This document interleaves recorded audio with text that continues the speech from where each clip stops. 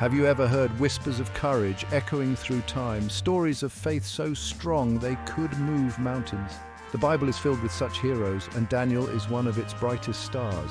His story is not just an ancient tale, but a timeless message of resilience, faith, and the unwavering power of God. Daniel's life was a whirlwind of challenges. He faced perilous trials that would make even the bravest hearts tremble.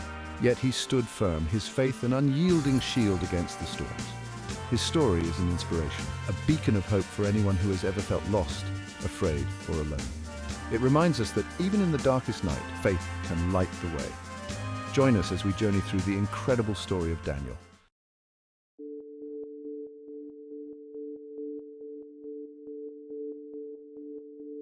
Imagine being a young man ripped from your home, your family, everything you've ever known. This was Daniel's reality. Taken captive to Babylon, a land of strange gods and even stranger customs, he could have easily surrendered to despair. But Daniel chose a different path. He clung to his faith, a lifeline in a sea of uncertainty. He refused to bow to pressure, choosing instead to honor God in all he did. This act of defiance, this unwavering commitment to his beliefs, set the stage for extraordinary events. It marked the beginning of a journey filled with miracles, challenges, and the undeniable presence of God.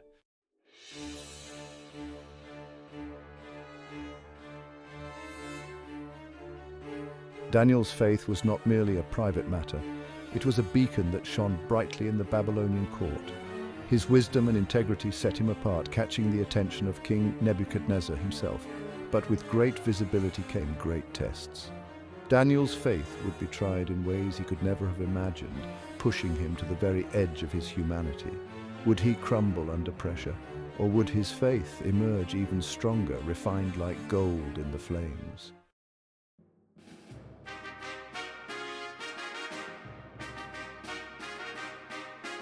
Babylon was a city of grandeur and extravagance. Towering walls guarded its heart, shimmering palaces reflected the sun, and lush gardens offered cool respite from the desert heat. But for Daniel, it was a gilded cage, a constant reminder of his captivity. Gone were the rolling hills of Judah, the familiar rituals of the temple, the comforting presence of family. He was surrounded by a people who worshipped foreign gods, spoke a language he barely understood, and lived by customs that seemed strange and unsettling. Yet even in this alien land, Daniel refused to let his spirit be broken. He held on to his faith, a source of strength and solace in a world that seemed determined to strip him of everything he held dear.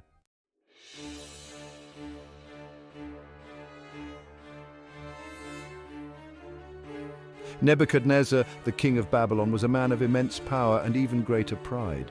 He demanded absolute obedience from his subjects, expecting them to bow before him and acknowledge the supremacy of the Babylonian gods. Daniel, however, refused to compromise his beliefs. He would show respect to the king, but he would reserve his worship for the one true God. This quiet defiance did not go unnoticed. It sparked the ire of the king's advisors, who saw Daniel's unwavering faith as a threat to their authority.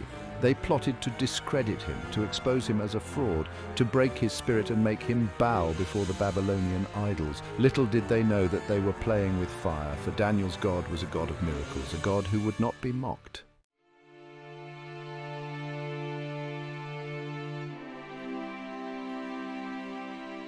The king had decreed that young men from noble families, captives of war, should be brought to serve in his court. Daniel and his companions, Hananiah, Mishael, and Azariah, were among those chosen. These 4 young men were exceptional. They possessed sharp minds, quick wit, and an unyielding thirst for knowledge. But more importantly, they carried with them the wisdom of God, a wisdom that surpassed the understanding of the Babylonian scholars. They excelled in their studies, mastering the language, history, and customs of Babylon. Their intelligence and integrity shone brightly, quickly distinguishing them from their peers. The king, impressed by their capabilities, decided to bring them into his inner circle.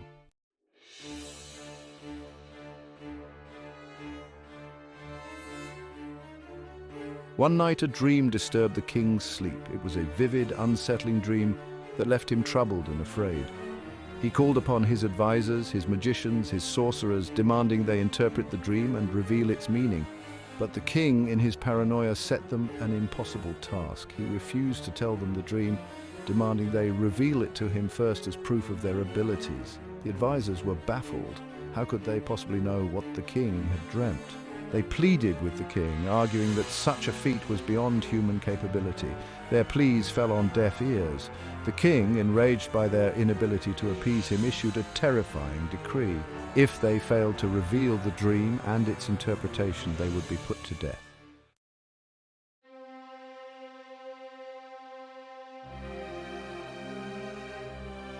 Panic gripped the city.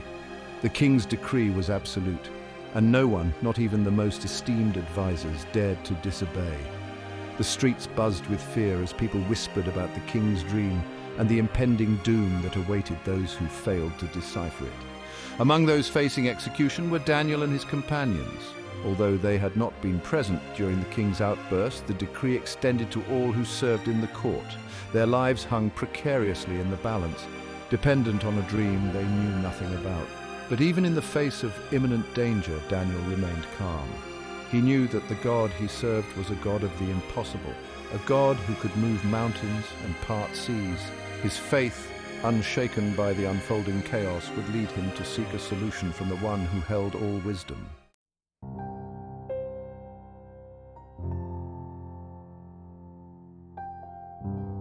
Daniel, with a heart full of faith, turned to God in prayer.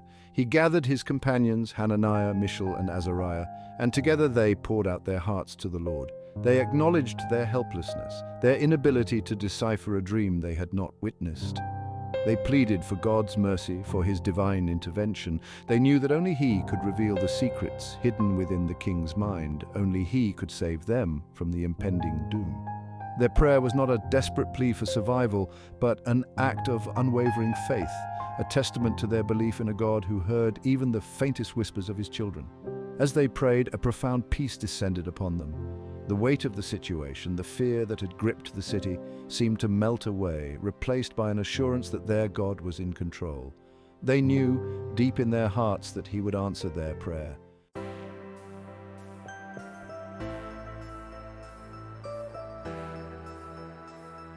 That night, as Daniel sought God in fervent prayer, a miracle unfolded. The mystery of the king's dream, a secret locked away in the recesses of Nebuchadnezzar's mind, was unveiled to Daniel in a vision. He saw the dream, not as a fleeting image, but in vivid detail, every symbol etched clearly in his mind. More importantly, God, in his infinite wisdom, revealed the dream's meaning, its significance for the king and for the future of Babylon. Overwhelmed with gratitude, Daniel praised the God of his fathers, the God who had heard his prayer and delivered him from certain death. The weight of the world seemed to lift from his shoulders, replaced by a lightness, a joy that radiated from his very being.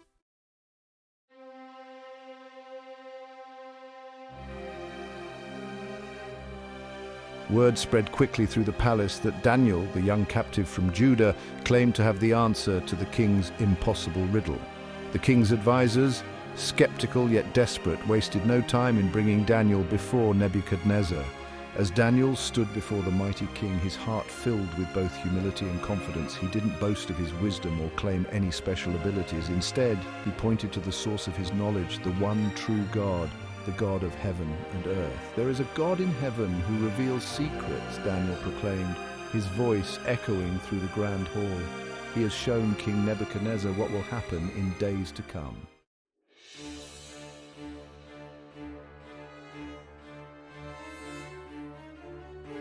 The king listened intently, his curiosity piqued by Daniel's bold declaration.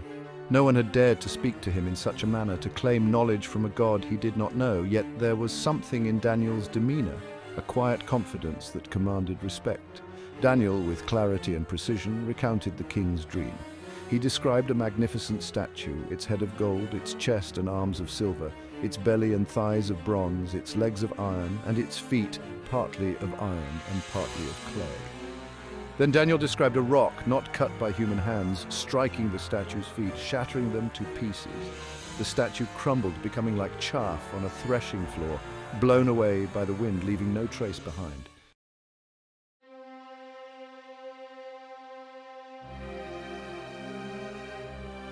The king stared at Daniel, astonishment etched on his face. Every detail, every nuance of his forgotten dream flowed from Daniel's lips as if he had been there, witnessing it firsthand. When Daniel finished speaking, a hushed silence fell over the court. With the king's full attention, Daniel proceeded to unravel the dream's meaning. He explained that the statue represented a succession of kingdoms, beginning with Babylon, the head of gold, a kingdom destined for greatness but also for eventual decline. The other metals, silver, bronze, iron, and clay, represented kingdoms that would rise and fall after Babylon, each less glorious, each more fragmented than the last. The rock, Daniel explained, represented the kingdom of God, a kingdom eternal, destined to crush all other kingdoms and reign forever.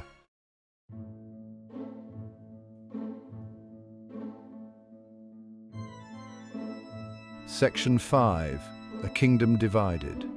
The king listened intently as Daniel painted a vivid picture of a future filled with both glory and turmoil. He was both fascinated and troubled by the prophecy, for it spoke not only of his kingdom's future dominance, but also of its inevitable decline. Daniel's words, however, were not meant to instill fear, but to reveal truth. He urged the king to turn away from his pride, his arrogance, and his reliance on earthly power. He called upon Nebuchadnezzar to embrace righteousness, to rule with justice and compassion. The king, deeply affected by Daniel's words and the undeniable power of his God, acknowledged the truth of the prophecy. He recognized Daniel's wisdom, a wisdom that surpassed that of all his advisors, a wisdom that could only come from a divine source.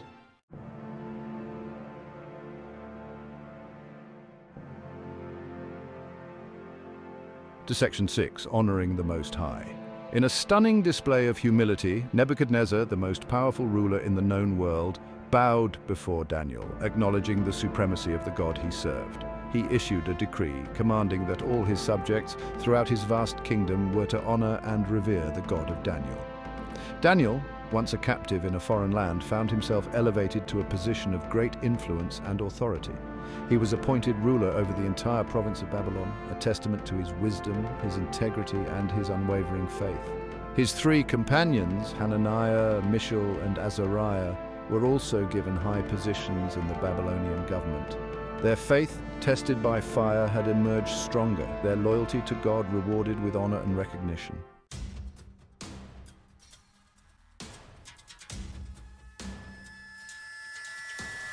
Section 1. A Golden Idol. Time, like the ever-shifting sands of the desert, continued its relentless march. Nebuchadnezzar, the king who had once humbled himself before the God of Daniel, allowed pride to creep back into his heart. He commissioned a magnificent statue of gold, a towering idol meant to symbolize his power and glory. This was not just a monument to his reign, it was a brazen declaration of his self-proclaimed divinity. He decreed that at the sound of music, everyone in his vast kingdom, from the highest official to the lowliest peasant, was to fall down and worship the golden image. Those who disobeyed, those who dared to defy his decree, would face the ultimate punishment, death by fire.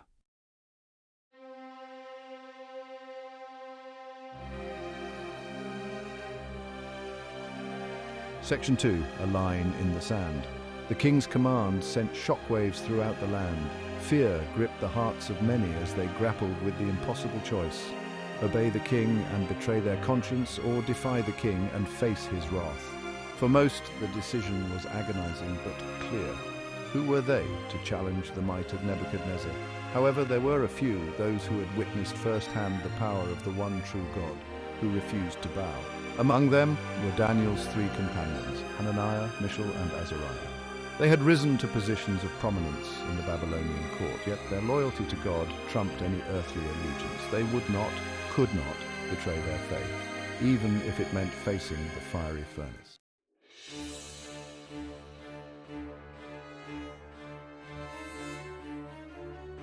Section 3. The Fiery Furnace. News of their defiance reached the king, and his fury knew no bounds. He had expected obedience, submission, not open defiance, especially not from those he had shown favor. His pride wounded, his authority challenged, he ordered the three young men brought before him immediately. With barely concealed rage, he demanded they explain themselves. Why, he roared, were they willing to throw away their lives, their possessions, everything, for refusing to bow before his image?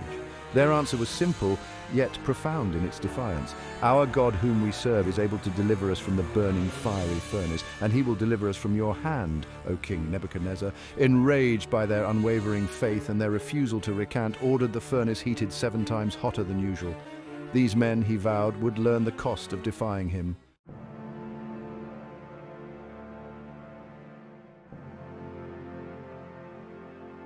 Section 4. Unsinged by the flames. The king's soldiers, their faces grim, bound Hananiah, Mishael, and Azariah and cast them into the heart of the blazing furnace. The heat was so intense that it consumed the soldiers who had thrown them in. Nebuchadnezzar, his eyes fixed on the inferno, expected to see nothing but ashes. But as the flames died down, he let out a gasp of astonishment. There, standing unharmed amidst the smouldering embers, were the 3 young men. And they were not alone.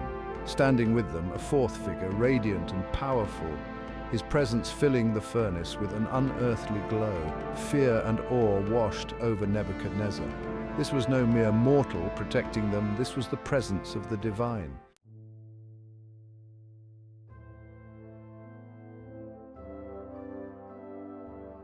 Section 5. A King's Decree.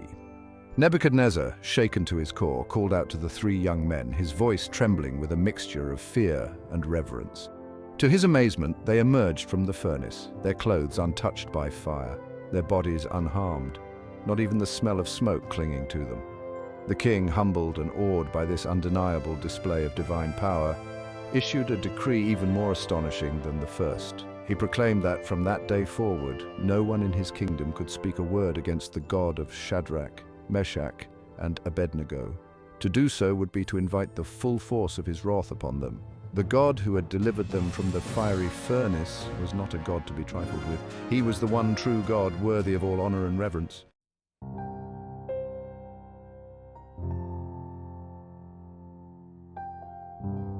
Section 6. Faith's Reward.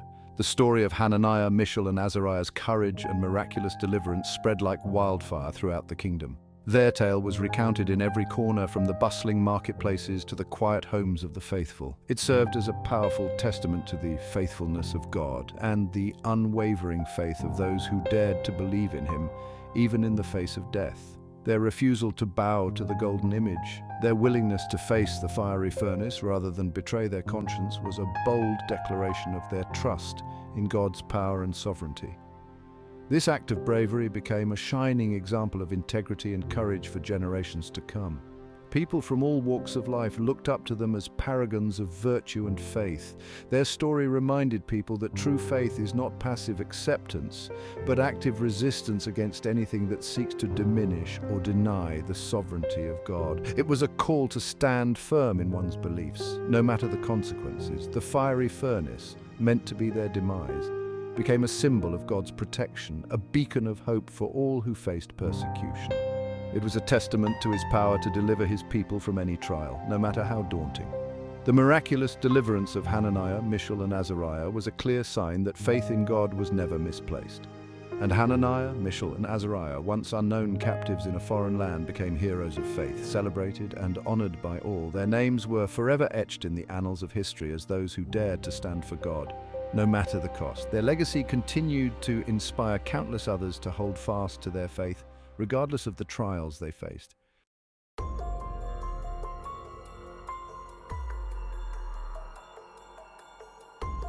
Section 1. A plot of jealousy. Years passed, and Daniel's influence in the Babylonian court continued to grow. He served with unwavering integrity, his wisdom and insight unmatched, his counsel sought after by kings and courtiers alike. But his very presence, a constant reminder of the power of the God he served, stirred a potent mix of envy and resentment in the hearts of some. The Babylonian officials, men driven by ambition and a thirst for power, seethed with jealousy. They whispered amongst themselves, plotting to discredit Daniel, to find some flaw, some misstep that would tarnish his reputation and loosen his grip on the king's favor. They scrutinized his every action, searching for any hint of impropriety, any excuse to bring him down. But Daniel, his heart pure, his actions guided by his unwavering faith, gave them nothing. His integrity, like a shining beacon, only served to highlight the darkness of their own ambitions.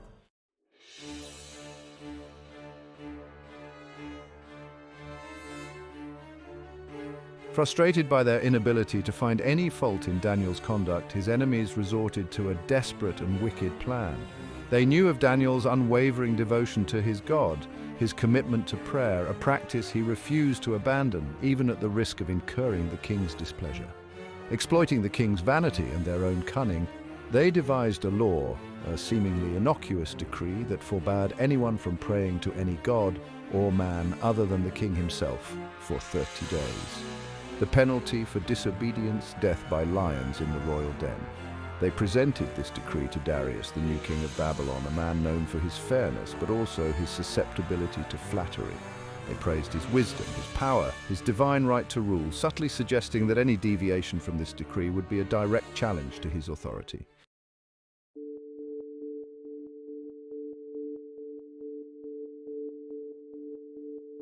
Darius, blinded by their flattery and unaware of their true motives, signed the decree, sealing it with his royal signet ring.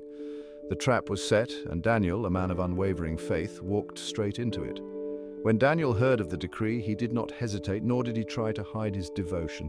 He went to his house, opened the windows of his upper room, and just as he had always done, knelt down and prayed to his God, giving thanks and seeking guidance. His enemies, their hearts filled with malicious glee, wasted no time in reporting Daniel's defiance to the king.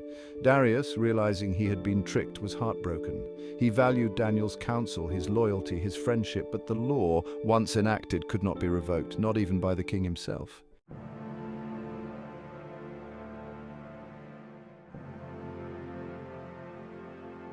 With a heavy heart, Darius ordered Daniel seized and thrown into the lion's den, a pit filled with ferocious beasts, their eyes gleaming with hunger and their roars echoing through the cavernous space.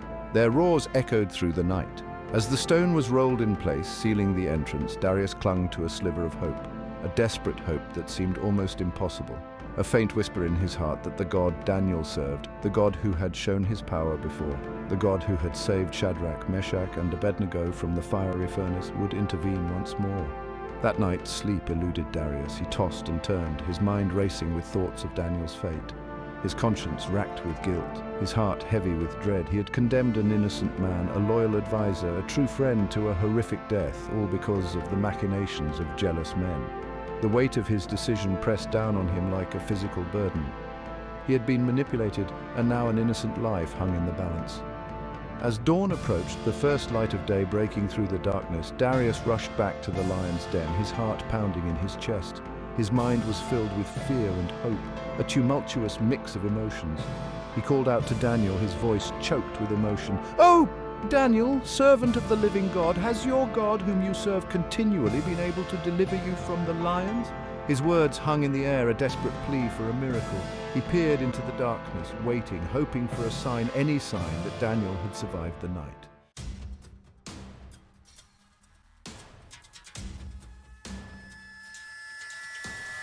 To Darius's astonishment, a voice emerged from the den, clear and strong. It was Daniel, and he was alive and unharmed. "O king, live forever!" Daniel called out. "My God sent his angel and shut the lions' mouths so that they have not hurt me, because I was found innocent before him, and also before you, O king. I have done no wrong." Overjoyed and humbled, Darius immediately ordered Daniel released from the den.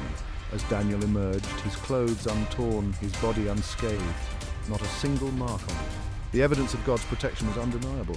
Darius, his anger now turned towards those who had deceived him, ordered the conspirators, along with their wives and children, seized and thrown into the lion's den. The lions, their hunger unsated from the previous night, wasted no time in carrying out the king's justice.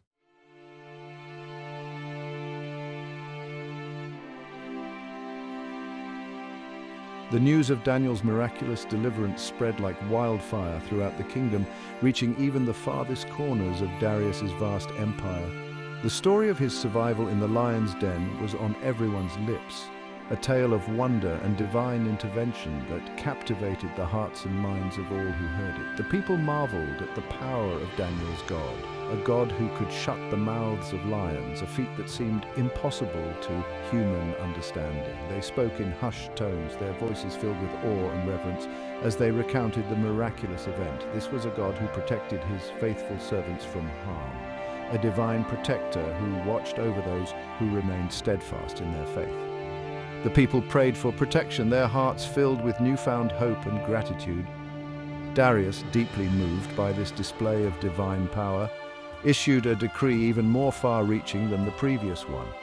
His voice echoed through the royal court as he proclaimed the greatness of Daniel's God, a God who had shown his might in the most extraordinary way. He commanded that all the peoples, nations, and languages that made up his vast kingdom should tremble and fear before the God of Daniel.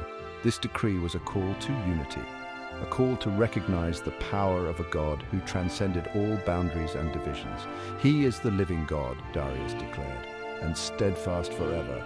His words were filled with conviction, a testament to the profound impact the miracle had on him.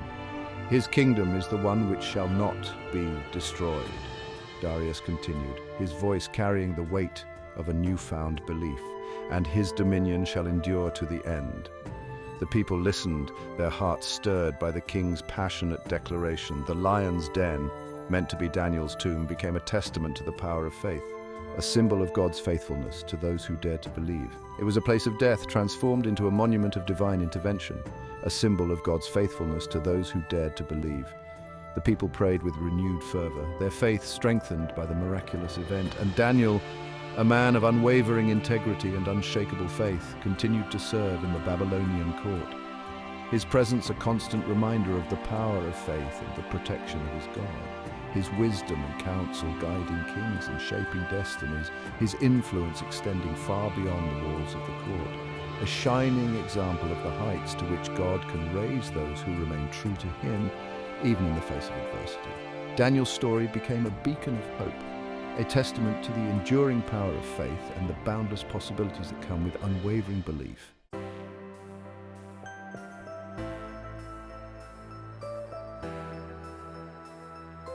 Daniel's story doesn't end with a triumphant escape from a lion's den. It echoes through millennia, a testament to the power of faith, integrity, and unwavering courage in the face of seemingly insurmountable odds. His life, though lived in a time vastly different from our own, speaks volumes to the challenges we face today. He reminds us that faith is not a passive belief system, but an active force that empowers us to stand firm against injustice, compromise, and the allure of conforming to the whims of the world. He teaches us that true integrity is not a matter of convenience, but a commitment to doing what is right, regardless of the cost. Daniel's story is a beacon of hope, reminding us that even in the darkest of times, when surrounded by forces that seem determined to extinguish our faith and break our spirit, God is with us. He is our refuge, our strength, our ever-present help in times of trouble.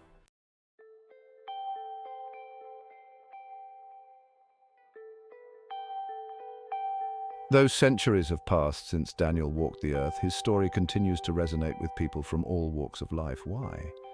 Because it speaks to the deepest longings of the human heart, the desire to live a life of purpose, to make a difference in the world, to stand for something greater than ourselves.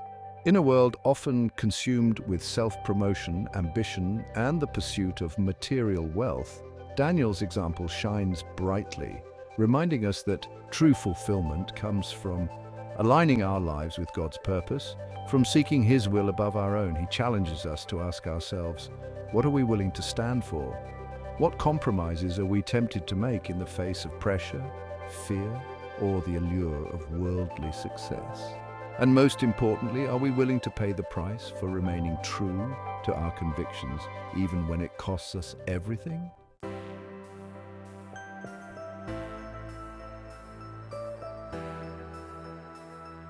You might be thinking, that's all well and good, but I'm not Daniel. I don't have the faith to face lions or fiery furnaces. And you know what? That's okay.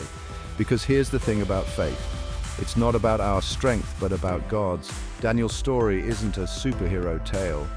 It's a testament to the transformative power of surrendering to God's will, of allowing His strength to shine through our weaknesses.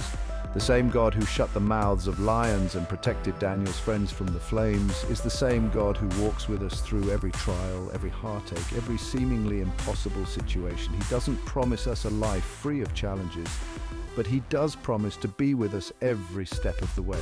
He promises to give us the strength to stand firm when everything within us wants to crumble, the courage to speak truth to power, and the wisdom to navigate the complexities of life with grace and integrity.